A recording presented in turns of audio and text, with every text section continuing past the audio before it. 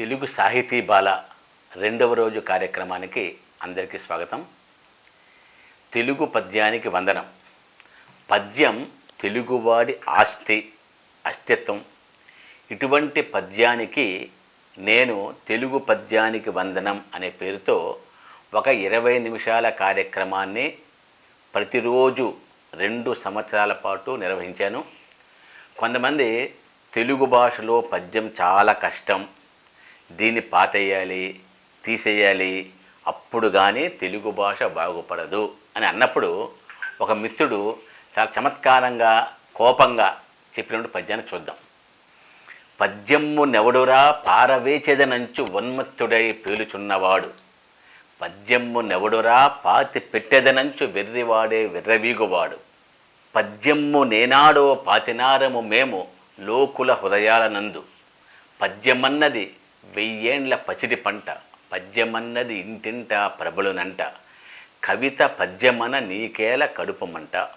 ఈ విధంగా పద్యం అనేది ప్రజల హృదయాలలో ఎప్పుడో మేము పాతేశాము, నిలిపాము. ఇది 1000 సంవత్సరాల పసిడి పంట అంటూ తెలుగు పద్యాన్ని ఆ మహానుభావుడు కీర్తించారు. ఈ రెండో రోజు తెలుగు సాహితీ బాల కార్యక్రమంలో కవిత్రయములో ఆది కవి అయినటువంటి నన్నయ్య గారిని, అదేవిధంగా వారికి సమకాలికుడుగా ఉన్నటువంటి పావులూరి మల్లన్న గారి యొక్క పద్యాలని చూద్దాం ఒకసారి. ముందుగా నన్నయ్య మహాభారతంతో తెలుగు భాషలో లిఖిత సాహిత్యం ప్రారంభమైంది. ఆదికవి నన్నయ్య 11వ శతాబ్దికి చెందినవాడు. రాజమహేంద్రవరాన్ని పరిపాలించినటువంటి రాజరాజ నరేంద్రుని యొక్క ఆస్థాన కవి. తెలుగు భాషని విద్వత్ సమ్మతమైనటువంటి భాషగా తీర్చిదిద్ది ఆదికవిగా మహాభారతాన్ని ఆంధ్రీకరించారు. ప్రసన్న కథా కలితార్థయుక్తి, అక్షర రమ్యత, నానా రుచిరార్థ సూక్తినిత్వం అనేవి నన్నయ్య యొక్క కవితా గుణాలు. 18 పర్వాల మహాభారతంలో ఆది పర్వం, సభాపర్వం, అరణ్య పర్వంలో సగం అంటే 2.5 పర్వాలు మాత్రమే వీరు అనువదించారు. నన్నయ్య మహాభారతాన్ని త్రిమూర్తులను స్తుతిస్తూ శ్రీవాణి గిరిజాచరాయ అనే పద్యంతో ప్రారంభించారు. ఇక నన్నయ్య పద్యాన్ని చూద్దాం. ధారుని రాజ్య సంపద మదంబున కోమలి కృష్ణజోచి, రంబోరు నిజోరు దేశమున నుండగ బిల్చిన ఇద్ధురాత్మును, దుర్వారమదీయ బాహుపరివర్తిత చండ గదాభిఘాత, భగ్నోరు తరోరు జేయుదు సుయోధను ఉగ్రణాంతరంబునన్. నేపథ్యాన్ని గమనిస్తే జోదం మీద వ్యామోహంతో కౌరవుల పిలుపు మేరకు వచ్చినటువంటి ధర్మజుడు సోదరులతో కలిసి జోదమాడి జోదములో ఓడిపోయి చివరికి తన భార్య ద్రౌపదిని కూడా ఓడిపోయి ఆమె యొక్క పరాభవాన్ని చూడవలసి వచ్చింది. అటువంటి సమయంలో నిండు సభలో ద్రౌపది ఒలువల్ని ఓడదీసినటువంటి దుశ్శాసనుణ్ణి చంపుతానని చెప్పి భీముడు ప్రతిజ్ఞ చేశాడు. అంతటితో ఆకుండా దుర్యోధనుడు భీముణ్ణి మరింత రెచ్చగొడుతూ ద్రౌపదిని తన తొడపై కూర్చోమని సైగ చేసినప్పుడు భీముడు చేసినటువంటి ప్రతిజ్ఞకు సంబంధించిన పద్యం ఇది. దీని భావం ఏంటంటే, ఈ యొక్క రాజ్యాన్ని చూసుకొని గర్వంతో ద్రౌపదిని తన తొడ మీద కూర్చుండమని పిలిచేవి కాబట్టి ఈ దుర్మార్గుడైనటువంటి దుర్యోధనుణ్ణి భయంకరమైన యుద్ధంలో నా చేతులతో గద ఎత్తి ప్రచండమైన దెబ్బతో ఆ తొడలు విరగొడతాను అని ప్రతిజ్ఞ చేయటం అనేది ఈ పద్యంలో ఉంది. ఇప్పుడు రెండవ కవి నన్నయ్య గారికి సమకాలికైనటువంటి పావులూరి మల్లన్న గారి గురించి చూద్దాం.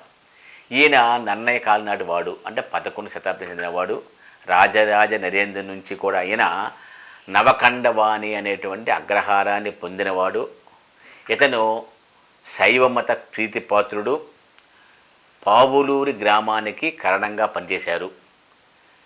9వ శతాబ్దంలో మహావీర్యాచార్య రాసినటువంటి గణిత సార సంగ్రహం అనేటువంటి ఒక సంస్కృత గణిత గ్రంథానికి తెలుగులో సార సంగ్రహ గణితం అనేటువంటి ఒక అనువాదాన్ని రాశారు. అయినప్పటికీ ఇది అనువాదంగా ఉండదు. పూర్తిగా దీనిలో ఉండే లెక్కలన్నీ కూడా పావులూరి మల్లన గారు స్వయంగా చేసుకున్నారు.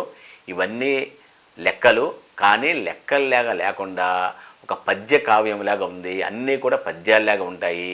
ఇటువంటి ఇంపైన పద్యాలతో ఈ యొక్క గణితాన్ని మిళితం చేయటం అనేది ఒక గొప్ప విషయం. ఈ గణితాన్ని కూడా ఆ పద్యాల రూపంలో, పదాల రూపంలో, సంకేతాల రూపంలో ఇచ్చారు. ఒక్కసారి ఒక పద్యాన్ని చూద్దాం. శైల గగన చంద్ర సామజ సోముల కర శరేందు శిశులు గతులు నిల్పి అగ్ని సంఖ్య పెంచి అమరంగ జెప్పుము గణక తిలక మాకు క్రమముతోడా.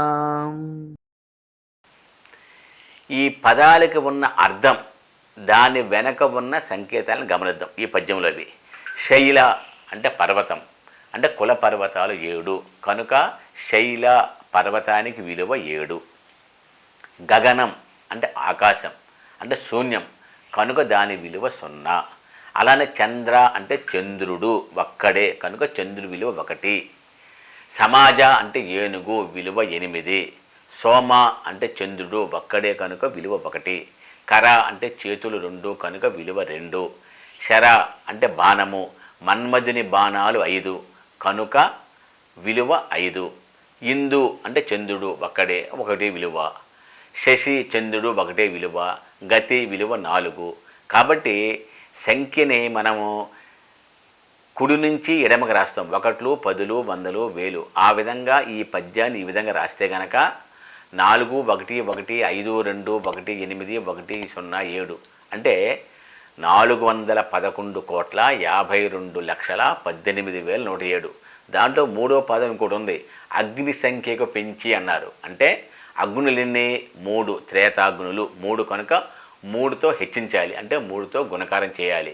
అంటే 4,11,52,18,107 ఇంటూ 3 సంఖ్య వస్తుంది. ఇది క్లిష్టంగా ఉన్నా అర్థవంతంగా ఉంది. రేపు మరో 2 కవుల గురించి తెలుసుకుందాం.